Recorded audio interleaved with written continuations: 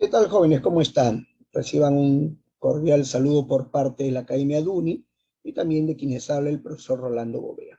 Vamos a continuar con nuestra clase de literatura. Estamos desarrollando justamente el tema del indigenismo, el indigenismo literario. Y recordando un poco, nosotros sabemos que el indigenismo como movimiento cultural literario busca la reivindicación del indígena, la reivindicación social, económica y cultural del poblador indígena. Esto quiere decir de que, lamentablemente, allá por el siglo XIX y primeras décadas del siglo XX incluso, se discutía si el indio tenía o no tenía alma. Y por lo tanto se le despojó de los derechos más elementales que tiene todo ser humano: el derecho a la libertad, el derecho a la vida, el derecho a poder desarrollarse. Es por eso que el indigenismo como movimiento cultural literario busca revalorar al hombre andino, a su cultura, insertarla en la sociedad peruana, a la cual pertenece, pero que lamentablemente había sido marginado desde la etapa de la independencia. Y dentro de los autores que justamente corresponden al indigenismo literario está López Albújar, Ciro Alegría y José María Arguedas. Sobre ellos vamos a conversar un poco. Enrique López Albújar es el iniciador del indigenismo literario. Allá en el año 1920 publicará Cuentos Andinos. Y la importancia de Enrique López Albújar, que es un escritor versátil porque, si bien es cierto, él inicia el indigenismo, no lo continúa, después desarrollará una literatura urbana. Tal vez él es más recordado por una novela llamada Matalaché. Muchos recordarán pues a José Manuel, un negro esclavo en la hacienda allá en Piura, de la curtimbre o el cuero. Pero él inicia el indigenismo. Tal vez no lo continúe, pero lo inicia con Cuentos Andinos.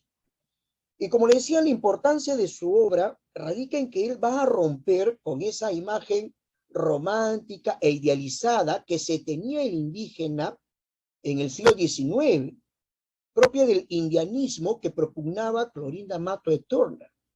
Muchos recuerdan Aves sin nido, donde ella misma se declara una indiófila. Siente un amor grande por los indios. El problema está en que la imagen que ella tiene del indígena no es una imagen real, ya que nos presenta a un indígena bueno, noble, donde no hay ni siquiera un ápice de maldad. Y por lo tanto, este ser que es tan bueno, tan noble, pero a la vez débil, debe ser cuidado y protegido. Claro, bajo su concepción, quien los va a proteger es un blanco, pero un blanco educado, un blanco que siga las enseñanzas, las verdaderas enseñanzas de Jesucristo. Entonces, para ella, el indígena es así, es casi un ángel, un ser puro, pero débil, y debe ser cuidado y protegido. De ahí esa visión paternalista que tiene. De ahí también esa solución pedagógica, humanitaria, moralista, religiosa, que plantea frente al problema del indio. Pero Enrique López Albújar ya no. Él ya nos va a presentar a un indio de carne y hueso. No un ser débil, no un ser que no tiene ni una pizca de maldad, no, para nada, al contrario. Nos presenta al indígena más bien en toda esa expresión violenta que para Enrique López Albújar es propio de la cultura andina. De ahí tal vez que esa visión parcializada que tenga el libro, porque se centra solamente en la violencia y no profundiza más allá en lo que es la cultura andina, en lo que es la cosmovisión del hombre andino, de su idiosincrasia, de su ser y su pensar. Pero como decíamos, la importancia está en que ya no nos va a presentar a ese indio débil, puro, ya no. Cuando leemos este fragmento de Oshana Hampi, uno de los cuentos que forman parte, ¿no?, de esta antología Cuentos Andinos, uno se da cuenta de ello, ¿no? Oshana Hampi significa pena de muerte. O sea, una vez libre, Maile se cruzó de brazos, irguió la desnuda y revuelta cabeza, desparramó sobre el consejo una mirada sutilmente desdeñosa y esperó. Miren estos términos, ¿ah? Irguió la desnuda y revuelta cabeza. O sea, ya no es un indio que se agacha, un indio sumiso, ya no. Desparramó sobre el consejo una mirada sutilmente desdeñosa, o sea, de desprecio, y esperó. José Ponciano te acusa de que el miércoles pasado le robaste una vaca mulinera y que has ido a vendérsela a los de Ovas. ¿Tú qué dices? ¿Verdad? Pero Ponciano me robó el año pasado un toro. Estamos pagados. ¿Por qué entonces no te quejaste? Porque yo no necesito de nadie que me haga justicia. Yo mismo sé hacérmela. Los yayas no consentimos que aquí nadie se haga justicia. El que se la hace pierde su derecho. Ponciano, al verse aludido, intervino. Maile está mintiendo, Taita. El que dice que yo le robé se la compré a Natividad Guaylas. Que lo diga, está presente.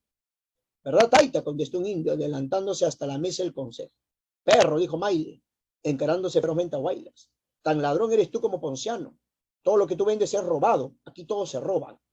Ante tal imputación, los yayas, que al parecer dormitaban, hicieron un movimiento de impaciencia, al mismo tiempo que muchos individuos del pueblo, levantando sus garrotes, en son de protesta, y los blandían gruñendo rabiosamente. O sea, no hay nada de esa visión romantizada que tenía Clorinda Mato de Turner del indígena. Acá el indio es rebelde, violento, mentiroso, ladrón e insolente. Eso también es lo que le cuestionan al Albujar, ¿no? O sea, el hecho de que solamente vio un aspecto del hombre andino y no profundiza más allá en la cultura andina. Pero como ven, ya hay un cambio radical frente al indígena, su situación y sus problemas. Después tenemos la figura de Ciro Alegría. Ciro Alegría, pues, es el máximo exponente del indigenismo. Las obras que él realiza, obras documentales, pero tienen un carácter de denuncia. Obviamente que Ciro Alegría plantea también esta reivindicación del hombre andino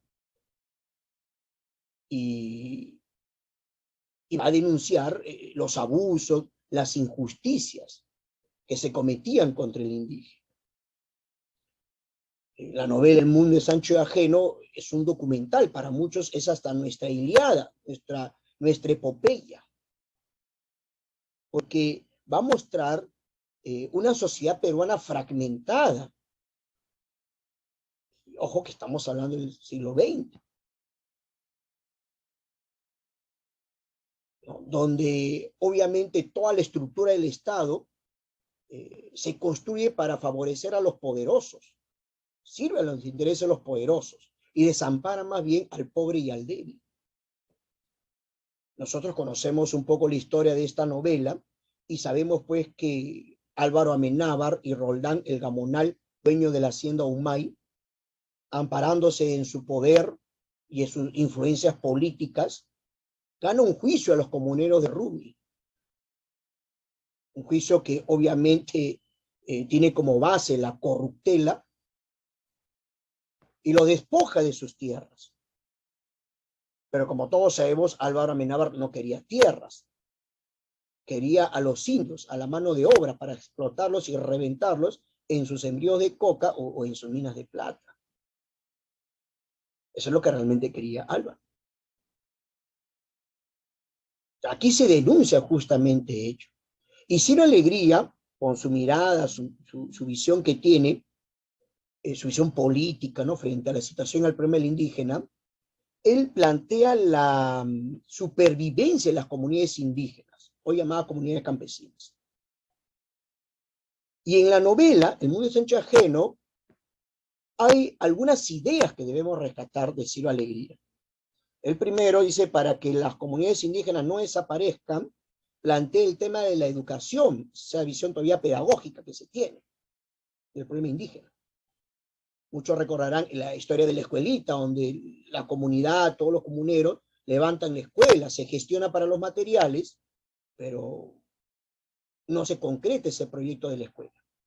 Rosendo Maki, el alcalde de Rumi, este alcalde que se caracteriza por ser pacifista, tradicional y representar la sabiduría, ¿no?, popular, no concreta este proyecto, a sabiendas de que esto era importante que los niños sepan leer y escribir para que no sean engañados. Pero fracasa, digamos, el proyecto de la escuela porque ahora la comunidad tiene el problema, ya que Álvaro les ha planteado un juicio de linderos. Y los recursos y los esfuerzos de la comunidad se iban en atender este juicio. Lo pierden por la traición también de Bismarck Ruiz, Tinterío, que fungía de abogado en la provincia. Pierden el juicio los comuneros, pierden sus tierras, se van a Yañañahui, zona pedregosa. Y aquí viene la otra propuesta de Ciro Alegría para la supervivencia de las comunidades indígenas.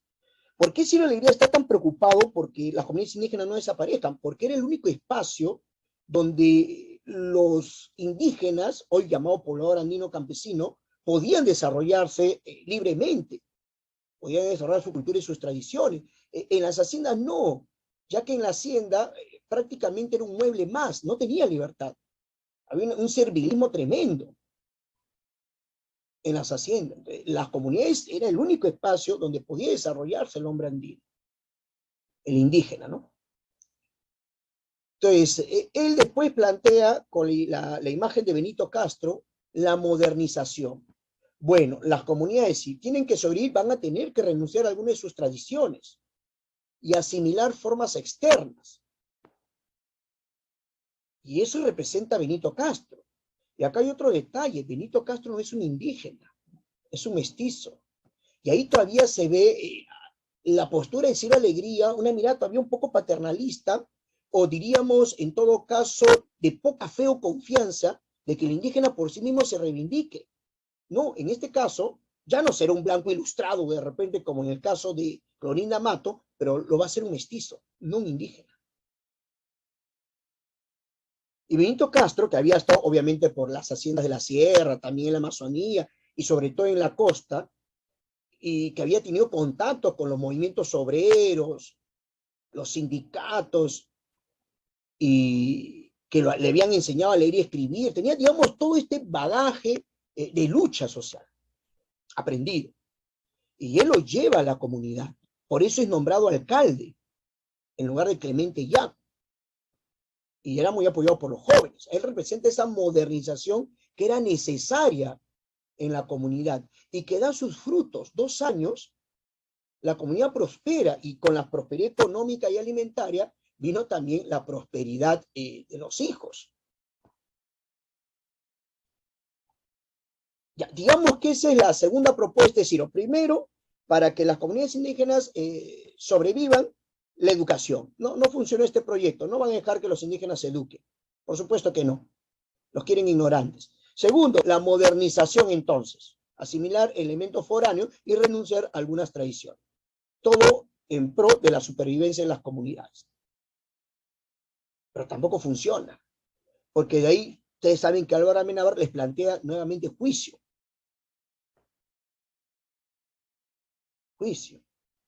Entonces, Benito Castro, que ya no es Rosendo Maki, Benito Castro, como ya hemos dicho, tiene todo un bagaje de formación, de lucha, ¿no? Él plantea una revolución.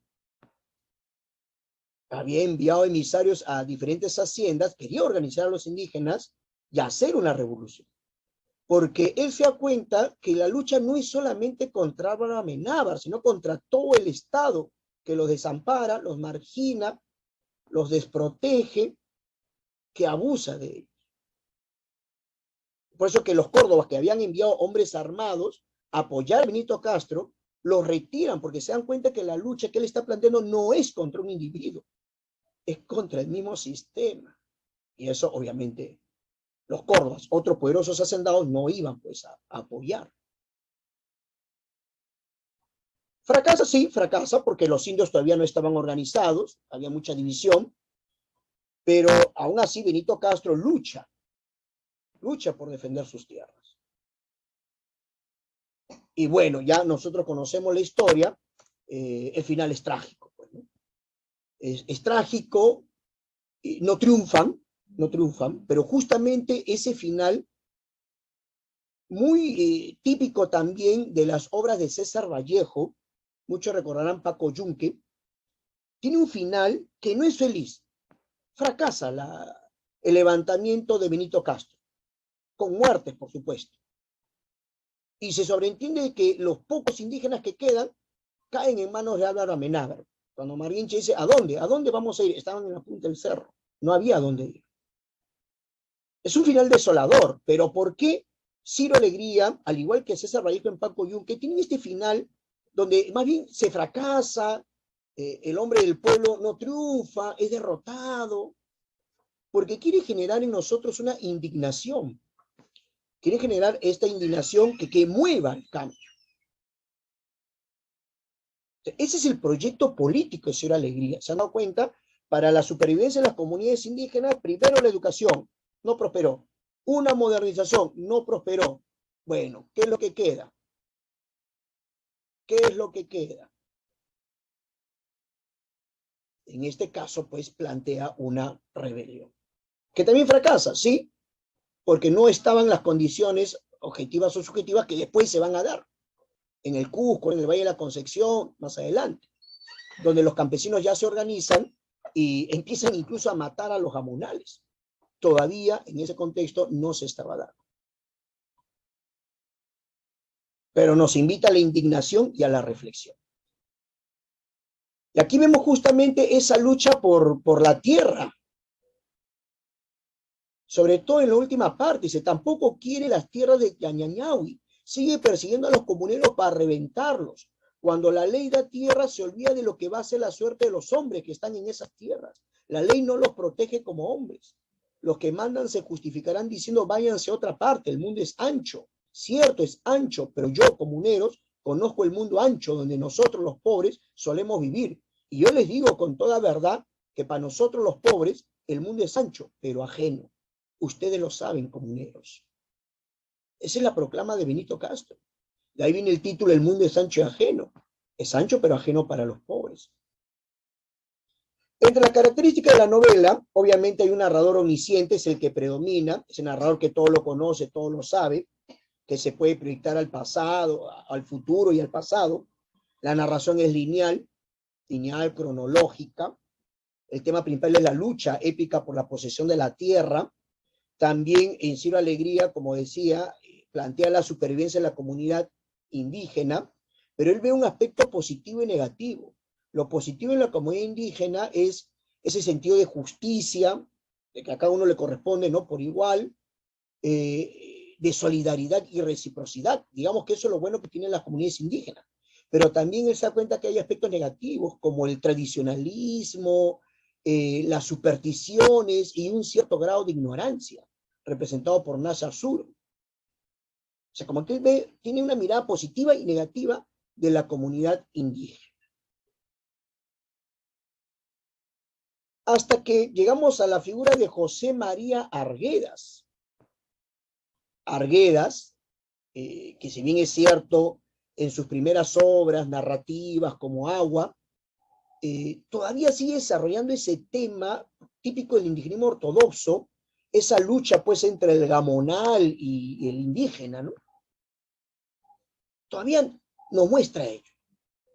Pero conforme va madurando su obra, él ya tiene una preocupación más cultural, más cultural.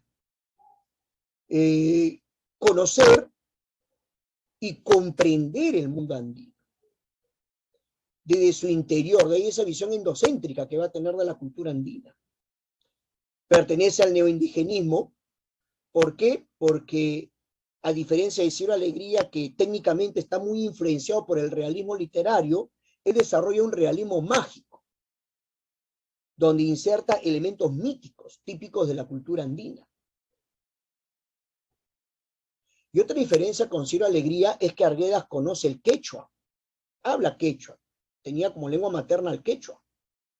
Ciro Alegría no conoce el quechua. Él escribe en un dialecto del castellano andino. Arguedas, ¿no? Y ese conocimiento de la lengua y de la cultura, ¿no?, andina es lo que le da profundidad a su obra. En la novela Los ríos profundos, que es la que San Marcos nos pide, justamente se ve esa cosmovisión mágico-religiosa del mundo andino. Todos sabemos que Arguedas se identifica con el mundo andino. En la novela, su alter ego, Ernesto, el niño Ernesto, personaje intertextual que usa en varias obras, podríamos decir que es él, en la ficción. Y Ernesto tiene un conflicto de identidad. Él no es indio, igual que Arguedas, no lo era. Pero se crió con los indígenas, con los indios, como le llamamos. Y se identificó con sus alegrías y sus pesares. Igual pasa con el niño Ernesto. El niño Ernesto es rechazado por los blancos, por su dejo, por su identificación andina, pero también es rechazado por los indios, por su color de piel. Pero a pesar de este conflicto de identidad, él se ubica con el mundo andino. Con el mundo andino. Aquí vemos, ¿no? Por ejemplo, miren estos diálogos. Oí de repente otros gritos mientras concluía la oración. Me acerqué a la puerta, la abrí y salí al corredor. Desde allí escuché mejor las voces. Fuera peste, guay, hebri, guay, ripur, ripuy, cañascay, guay. Él utiliza el quechua. Hay incluso hasta un canto quechua, pero con su traducción, por supuesto, al castellano. Mi madre María ha de matarte, mi padre Jesús ha de quemarte, nuestro niñito ha de ahorcarte. Hay guay fiebre, hay guay fiebre. Y ustedes saben que acá se desata la peste del tifus, al punto que el mismo niño Ernesto reza un Padre Nuestro en quechua. ¿Se dan cuenta? Él utiliza el quechua, pero por supuesto hace la traducción correspondiente, porque recuerden que las obras del indigenismo están dirigidas a un sector, sobre todo a la élite, que no habla quechua. Pero Arguedas, sin embargo, cuando escribe Los ríos profundos, usa no solamente expresiones, frases o incluso textos completos en quechua, sino la misma sintaxis. Escribe en castellano, pero pensando en quechua. Pensando en quechua. Muy bien. Entonces, de esta manera hemos querido mostrar un panorama de lo que fue el indigenismo, tanto en la mirada de Enrique López Albújar, que lo inicia, que rompe con los estereotipos típicos del siglo XIX, típico del indianismo, y nos presenta un indio fuerte, orgulloso, aunque violento. Ciro Alegría, máximo exponente del indigenismo en la zona norte, que sus obras se caracterizan por ser de denuncia social y por plantear la supervivencia de las comunidades indígenas como un espacio de libertad donde el hombre andino pueda desarrollarse. Las haciendas no podía hacerlo. Y ya la mirada de José María Arguedas, que es más cultural. Rescatar las costumbres andinas, que esto no se pierda, y adentrarse en la idiosincrasia, en la cosmovisión andina, que es una mirada mágico-religiosa, donde hay una vinculación muy directa con la naturaleza, donde hay una mirada panteísta del mundo, que en la cultura occidental pues es muy diferente, donde hay esos valores de justicia, solidaridad y reciprocidad. Y que Arguedas quiere que esto sea el núcleo de nuestra identidad.